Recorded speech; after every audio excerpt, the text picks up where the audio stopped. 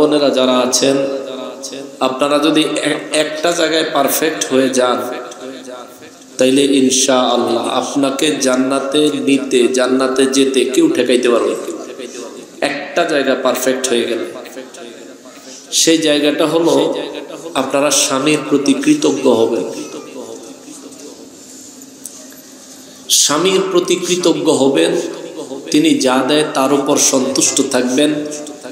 নিজের সন্তুষ্টি না খুঁজে স্বামীকে সন্তুষ্ট করার চেষ্টা করবেন। দেখবেন আল্লাহর রহমত আসবে, তুলনামূলক স্বামীর ভালোবাসাও বেশি পাবেন। সন্তানাদিরাও দেখবেন চরিত্রবান এবং আদর্শ সন্তান হবে। ঠিক কিনা বলে? মা বোনদেরকে জন্য বলি, স্বামীদের প্রতি কৃতজ্ঞ হবেন। স্বামীরা যারা আছেন, আপনারাও স্ত্রীদের প্রতি কোনো ধরনের জুলুম বা অবিচার করবেন না। স্ত্রীদেরকে অন্যায়ভাবে কোনো কষ্ট দিবেন না। ইসলামী শরীয়তের বিধানের বাইরে কোনো প্রকার কষ্ট তাদেরকে দিবেন না। যদি আপনাকে আল্লাহ তাআলা বেশি পরিমাণে খরচ করার তৌফিক দিয়ে থাকেন, স্ত্রী এবং সন্তানদের জন্য খরচ করবেন। নবীজি রাহমাতুল লিল আলামিন বলেছেন, স্ত্রী সন্তানদের জন্য মানুষ যেটা খরচ করে এটা সদকায়ে জারিয়া, দান হিসাবে আল্লাহ আমলনামায় লিখে রাখে। সুবহানাল্লাহ। যা খাওয়াইলেন স্ত্রী সন্তানকে, যা পড়াইলেন, এটা কিন্তু দান। আর দানের সওয়াব হচ্ছে এই যে শুরু হয়েছে আর বন্ধ নাই, কিয়ামত পর্যন্ত চলবে। সুবহানাল্লাহ। আপনি নাই কিন্তু সব চলতে থাকে। আপনি নাই, কিছু গুনাহ আছে, এটাও চলতেই থাকে। কিছু গুনাহ, এর মধ্যে একটা গুনাহ হলো আমরা যে দাড়ি কাটি, এই দাড়ি কাটার কারণে আমাদের একটা গুনাহ হয়। এই গুনাহটা হইতেই থাকে, 24 ঘন্টা হইতে থাকে। যতক্ষণ পর্যন্ত এই এক মুষ্টি পর্যন্ত আমরা দাড়ি বড় হইয়া জায়গা মতো নাই, আমার দাড়ি আশ্রয় না দিকে গুছাইয়া রইছে রে, ফরক হুজুরের দাড়ি ছোট। তো আমি তো জীবনে কখনো শেভ করি নাই।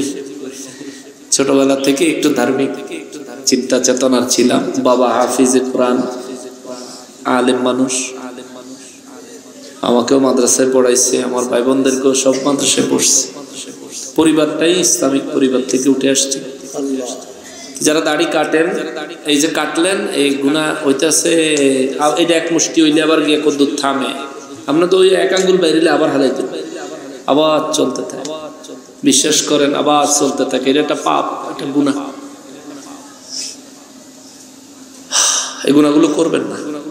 ফেসবুকে কাউরে উদ্দেশ্য করে একটা গালি, একটা কমেন্টে দিচ্ছেন, যতজন মানুষ আপনার এই কমেন্টটা পড়ছে ততজনের গুনাহ হয়েছে, ততজনের সমান গুনাহ আপনার আইছে। এক কমেন্ট করে থুয়ে দিচ্ছেন, কিন্তু গুনাহ অটোমেটিক আইতাছে আইতাছে আইতাছে। দরকারটা কি? ভালো দেখলে গ্রহণ করেন, মন্দ দেখলে দূর করেন, বের হয়ে যান, আপনি আপনার মতো চলে যান। এসব গুনাহগুলি থেকে, যেগুলো কন্টিনিউ গুনাহ হয়, এগুলির থেকে বেঁচে থাকেন। যেগুলো কন্টিনিউ সওয়াব হয়, এই পথগুলি অবলম্বন করেন। বিশ্বাস করেন, যুবক হন আর বৃদ্ধ হন আর যাই হন, মরণ লাগবো, হিসাব দেওয়াই লাগবে।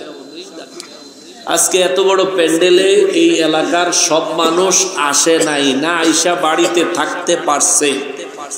হাসরের ময়দান যেদিন কায়েম হয়ে যাবে, হিসাব না দিয়া কেউ পালাইতে পারবে না।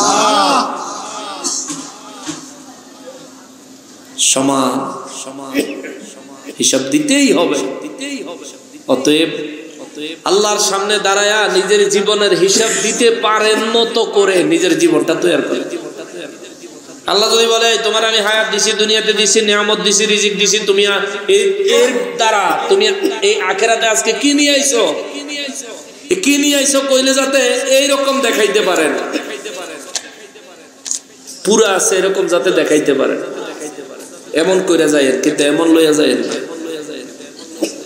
আল্লাহ তাআলা আমাদের ভবিষ্যৎ জীবন নিয়ামতপূর্ণ, রহমত ও বরকতপূর্ণ করে দেন। আমাদেরকে তাকওয়া অবলম্বনমুখী জিন্দেগি তৈরি করার তৌফিক দান করে দেন।